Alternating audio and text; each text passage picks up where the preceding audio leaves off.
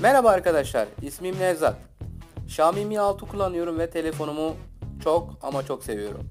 Ama bir iki hata yüzünden telefonunuzu veya da telefonumuzu servise göndermeyelim.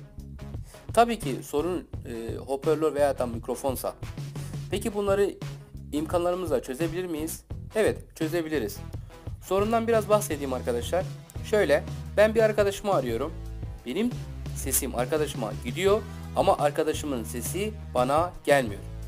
Bu da hoparlörde bir sıkıntı mı var anlamına geliyor. İnsanın aklına geliyor tabii ki. Evet, yaptığım uzun testlerde bunun nereden kaynaklandığını arkadaşlar gördüm ve yaptım. Gelin nasıl yaptığımı ben size göstereyim. Şöyle ayarlar kısmına giriyoruz. Mobil ağları tıklıyoruz. Burada tabii Xiaomi Mi 6, Mi A5 kullananlar için söylüyorum. Burada Volte yazar. Bakın arkadaşlar, Volte'yi aç veya da kapat. Volte'nin altına ne yazar? Ses ve görüntü arama kalitesini artırmak için Volte'yi kullanın. Yani bilenler için söylüyorum. Şimdi bir uygulama yazacağız.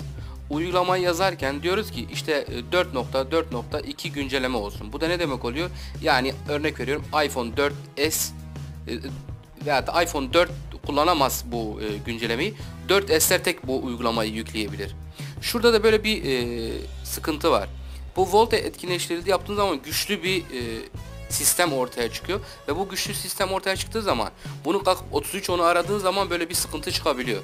Ha, onun eş değerinde bir telefonu aradığın zaman hiçbir sıkıntı yok.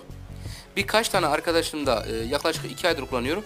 Birkaç arkadaşımda böyle bir sorun oldu. Senin sesin geliyor, benim sesim sana gelmiyor.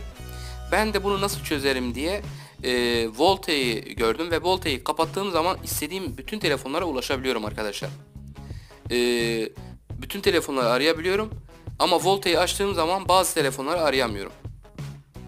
Bunu da özellikle benim annem küçük bir ufak telefon kullandığı için bunu orada fark ettim.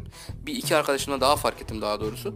Evet, Volte'yi etkinleştirildiği zaman arkadaşlar dediğim gibi ufak tefek telefonları sesiniz gidiyor, karşı tarafın sesi gelmiyor. Ayrıca bir de müzik sorunumuz var. Yani müzik dinlerken bazı sesler yüksek, bazı sesler yavaş. Bu da şeyden kaynaklanıyor. Yani uyku modundan kaynaklanıyor. Ben birkaç sefer denedim. Evet arkadaşlar, sorun bu. Dediğim gibi Volte'yi etkinleştirdiğin zaman yüksek telefonları arıyorsunuz. Volte'yi kapattığın zaman istediğiniz telefonları arayabiliyorsunuz. Bunun bilincinde olalım arkadaşlar. Bir videonun daha sonuna geldik. İnşallah başka bir videoda görüşmek üzere. Allah'a ısmarladık.